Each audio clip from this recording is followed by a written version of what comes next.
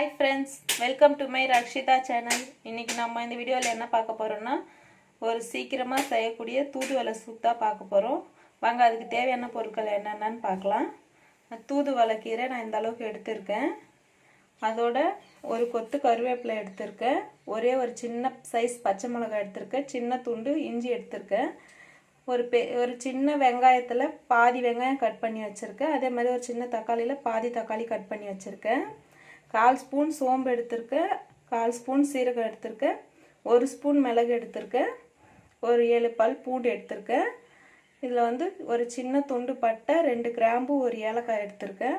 வாங்க இப்போ எப்படி செய்யறதுன்னு பார்க்கலாம். இப்போ பாருங்க, நான் ஸ்டவ் பற்ற வச்சு ஒரு கடாய் வச்சுக்கிட்டேன். அதில் தேவையான அளவுக்கு எண்ணெய் விட்டுக்கிறேன். எண்ணெய் நல்லா காஞ்சதும் நம்ம எடுத்து வச்சிருக்க எல்லாத்தையுமே ஒன்றா சேர்த்துக்கலாம். சேர்த்து நல்லா வறுத்துக்கலாம். இப்போ இந்த அளவுக்கு நல்லா வறுத்தாச்சு. இதோட நம்ம வச்சிருக்க இந்த தூதுவளை கீரையும் சேர்த்துக்கலாம்.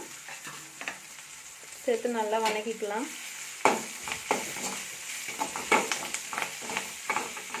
இப்போ பாருங்க, தூதுவளை கீரையும் நல்லா வதங்கிடுச்சு. இப்போ ஸ்டவ் ஆஃப் பண்ணிவிட்டு இது எல்லாத்தையும் ஒரு மிக்ஸி ஜாரில் மாற்றி அரைச்சிட்டு வந்துடலாம். நான் மிக்ஸி ஜாரில் சேர்த்துட்டேன். இப்போ அதுக்கு தேவையான அளவுக்கு உப்பு சேர்த்துக்கலாம். அதோட தேவையான அளவுக்கு தண்ணி சேர்த்து அரைச்சி எடுத்துக்கலாம். பாருங்கள், நான் நல்லா நைஸாக அரைச்சி எடுத்து அதோடைய தேவையான அளவுக்கு தண்ணி சேர்த்து அதே கடாயிலே சேர்த்துட்டேன்.